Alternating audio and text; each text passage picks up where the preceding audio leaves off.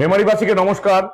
যেমন ভোটের আগে বিজেপি প্রার্থী মানবগ্রহ প্রতিশ্রুতি দিয়েছিল যে মেমারির যানজট দূর করার জন্য যতটা সম্ভব বিভিন্ন পরিকল্পনা বাস্তবায়িত করার চেষ্টা করব, সেই প্রতিশ্রুতি এবার রাখার পালা। এবং আমাদের রাজ্য সরকারের সমস্ত সিদ্ধান্তের কথা আপনারা দেখেছেন। মুখ্যমন্ত্রী শুভেন্দু অধিকারীর নেতৃত্বে যে রাজ্য সরকার গঠিত হয়েছে এখন 1 মাস হয়নি, কিন্তু তার কতগুলো সিদ্ধান্ত ইতিমধ্যে আপনারা জেনে গেছেন। তেমনি মেমারির ক্ষেত্রেও সেই রকমের সিদ্ধান্ত নেওয়া কিন্তু চলছে। মেমারির বহু দিনের সমস্যা, অ্যাকচুয়ালি বহু দশকের সমস্যা হচ্ছে যানজট।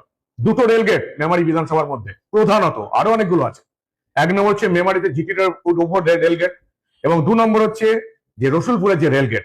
এই দুটো জায়গায় মেমারি বিধানসভার বাসিন্দাদের, মেমারির বাসিন্দাদের, রসুলপুরের বাসিন্দাদের দীর্ঘক্ষণ মিনিটের পর মিনিট, ঘন্টার পর ঘন্টা আটকে থাকতে হয়। গত কয়েক দশক ধরে প্রত্যেক প্রার্থী প্রতিশ্রুতি দিয়েছে, কাজের কাজ কিচ্ছু হয়নি। এই প্রথমবার মেমারি বিধানসভাতে মেমারির বাসিন্দারা বিজেপি প্রার্থী মানবগ্রহকে ভোট দিয়ে ভালোবেসে জয়ী করে এখানকার বিধায়ক করার পর এই প্রথমবার কিন্তু কাজ শুরু হচ্ছে, এবং সেটা আজকেই হচ্ছে। আজকে রেলের তরফ থেকে একটা সার্ভে হবে মেমারি রেলগেট এবং রসুলপুরের রেলগেট নিয়ে। ইতিমধ্যেই এই চিঠি আমাদের বিডিও অফিসে এসে গেছে, এমএলএ এর কাছেও এসে গেছে। আজকে বিকেল 3টে এই সার্ভে হবে, এবং সেখানে শুধুমাত্র রেলের লোক নয়, বাকি সবাইকে রাখা হয়েছে। রেলের ইঞ্জিনিয়ার, পুরসভার লোক, বিডিও অফিসের লোক থাকবেন, পুলিশের লোক থাকবে, এবং যারা যারা সংশ্লিষ্ট আধিকারিক আছেন তারাই কিন্তু থাকবেন। এবার এখানে সার্ভে হবে আজকে দুপুর 3টে থেকে সার্ভে হবে মেমারিতে জিটি রোড সংক্রান্ত রেলগেট নিয়ে, রসুলপুরে জিটি রোড সংক্রান্ত রেলগেট নিয়ে সার্ভে শুরু হচ্ছে। আমার প্রস্তাব ইতিমধ্যেই যেখানে যেখানে যাবার কথা সেখানে সেখানে চলে গেছে, মাননীয় মুখ্যমন্ত্রীর কাছেও চলে গেছে। এবং আমি আশা করছি যে এতদিন যেটা শুধু ভোটের প্রতিশ্রুতি ছিল সেটা এবার বাস্তবায়িত হবে, সেটা আপনারা দেখতে পাবেন।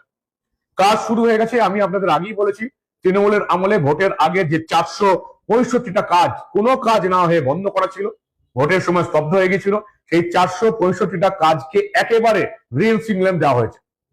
এরপরে এখানে আপনারা জানেন যে অন্নপূর্ণা ভান্ডারের কাজ শুরু হয়েছে, আবাস যোজনা তার কাজ শুরু হয়েছে, এবং 125 দিনের জব কার্ডের কাজ শুরু হয়ে গেছে।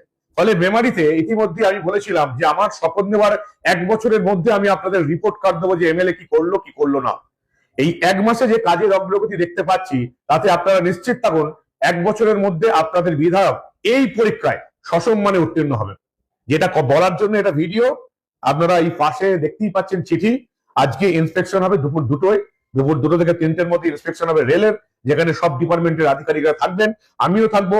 মেমারি এবং রসুলপুরের রেলগেট নিয়ে সার্ভে শুরু হয়ে গেল, এবং আশা করছি 1 বছরের মধ্যে এখানে কাজ শুরু হবে। মেমারির উন্নয়ন অবধারিত। আগামী 5 বছর এই মেমারি যে ঢেলে সাজবে সেটা এই 1 মাসে যে সমস্ত কাজ, তার মাধ্যমে আমি প্রমাণ রাখার চেষ্টা করছি। আপনারা সঙ্গে থাকুন। আশা করি 5 বছরের মধ্যে এই মেমারিকে একটা আমূল পরিবর্তন দেখাতে পারবো। ভালো থাকবেন, নমস্কার।